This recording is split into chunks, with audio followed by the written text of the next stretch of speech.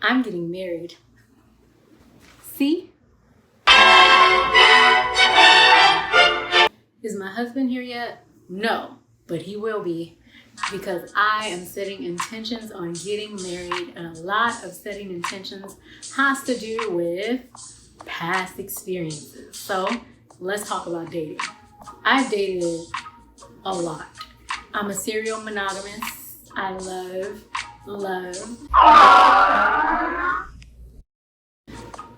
a romance. I'm a big gushy person for evening walks and candlelit dinners. I love when a man cooks for me. I do not like cooking, but I will. I've dated the corporate man, the medical school man, the hippie man, the rapper, the thug passion, which is actually one of my personal favorites. I can't lie.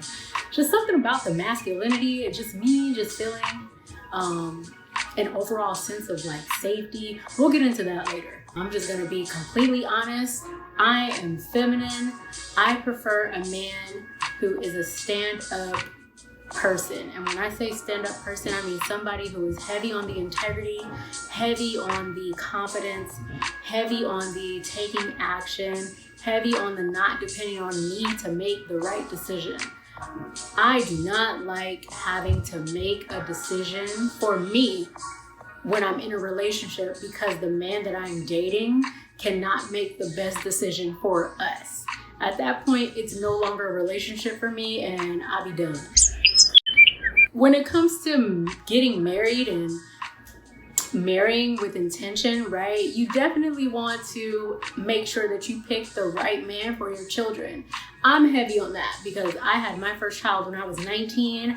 Not saying that I wasn't aware of the sort of man that I was dealing with, because I was very much aware. I knew that I wasn't going to marry this person. I knew that I would probably end up being a single parent, which I am. And I was fully aware and ready to take full accountability for the decision that I was making. Although, yes, he wanted a child, I knew that I wasn't ready, but I also did not, go through a process of like abortion for my own personal reasons that I will not get into today. But just know that it was out of love, and I love my son to death, but I knew that, his father was not going to be in my life for the rest of my life. So now, as I'm ready to get hitched, if the man that I am going to get married to wants children, that is another factor that I have to factor in to the equation. Because when it comes to raising strong, healthy, and smart children, you have to have a man who is strong, healthy, and smart.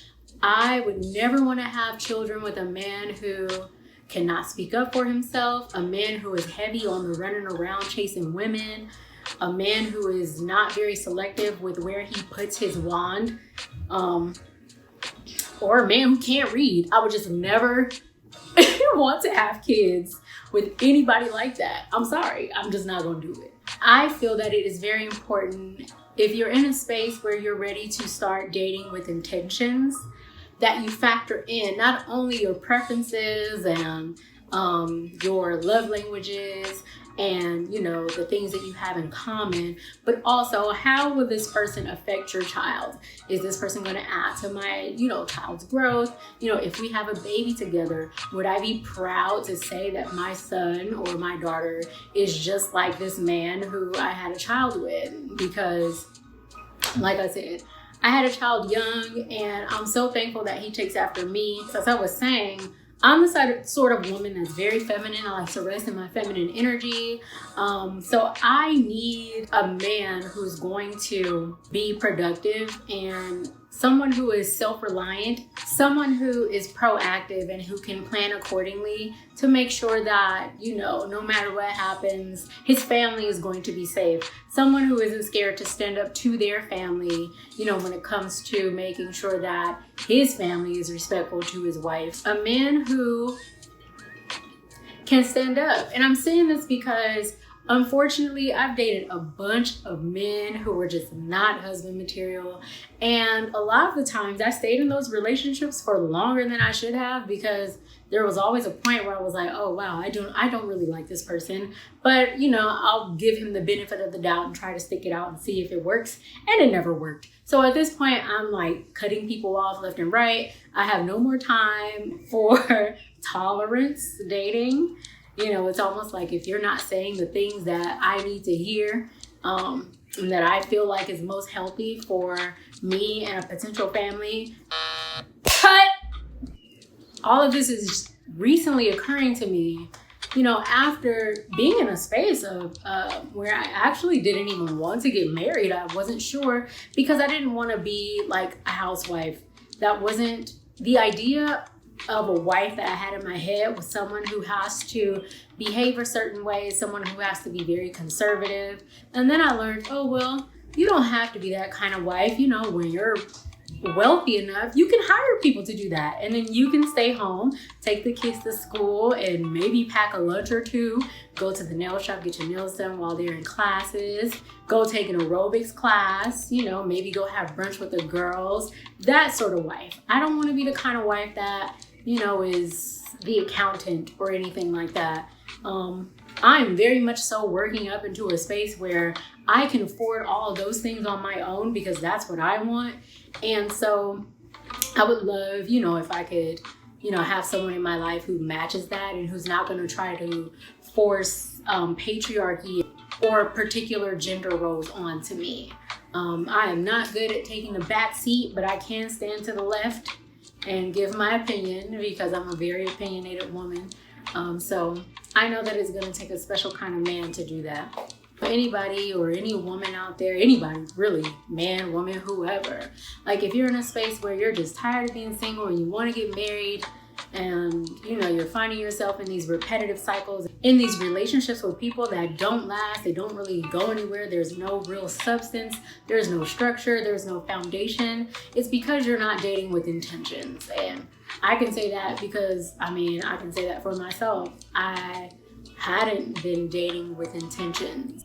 I had kind of just been like a go with the flow. But then I realized going with the flow usually flows you right into a brick wall. So we're done doing that. Especially because nowadays dating is like a cesspool. People are out here trying to start like polyamorous cults. It's so weird. Oh my God. Ew. Of ew energies. And I'm super big on my energy. Like, I don't want anybody really touching me. And the person that does touch me can only be touching me. I cannot be touching somebody who's just, I'm gonna throw up right now just thinking about it, so willing to just put their mouth, on any and everybody. I think it's very unsafe. I think it's very unsanitary. And I think that people have no sense of self-control. It's like, we're not animals, we're human beings, and we should be able to control where we allow ourselves to place our bodies and who we allow ourselves to place our bodies into. Like, when it comes to spirituality, I'm super big on like protecting my energy, because everybody has history. Let's start there.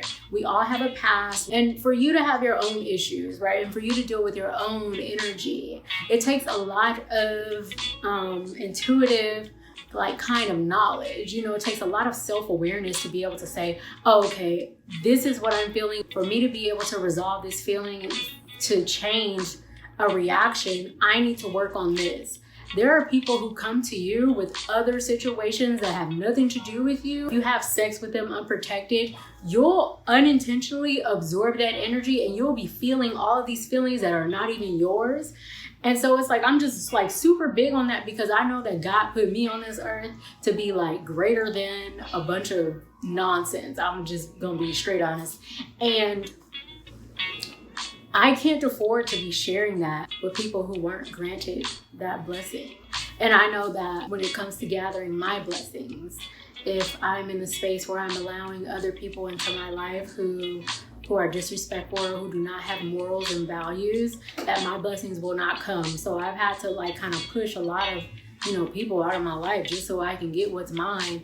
And I think that a lot of people miss the mark on that, because you don't realize the longer you allow somebody to plan your life, the longer you're delaying your blessings to come in, which could probably be your potential husband. But because you're over here dealing with Mr. Can't Get Right, your husband is somewhere waiting for you and is confused as to why he can't find the person who he's supposed to be with. And it's because you're sitting here with this loser who is gonna have erectile dysfunction at 45 because he likes to stick in everything.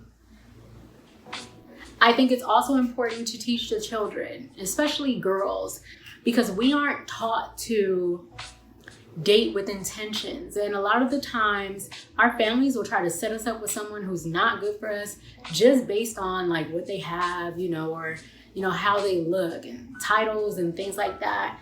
And I've dated the men that are great on paper, but our relationships were so boring. I was so done. It was like tedious. And not to say there aren't any fun men out there who are great on paper, but the ones that I've dated, they were just way too serious. They couldn't take a joke. They couldn't tell any jokes. There was just no personality. And me just being the artsy person that I am, I need somebody who's as colorful as me. So I think it's important to teach, little girls that, hey, you can date with intentions. You don't have to settle for a particular kind of man because of what society thinks you should settle for. I don't like the preppy, the weird men who are all on the internet talking about they're a big alpha male. Dating with intentions, right? I want a healthy relationship. We want a healthy relationship.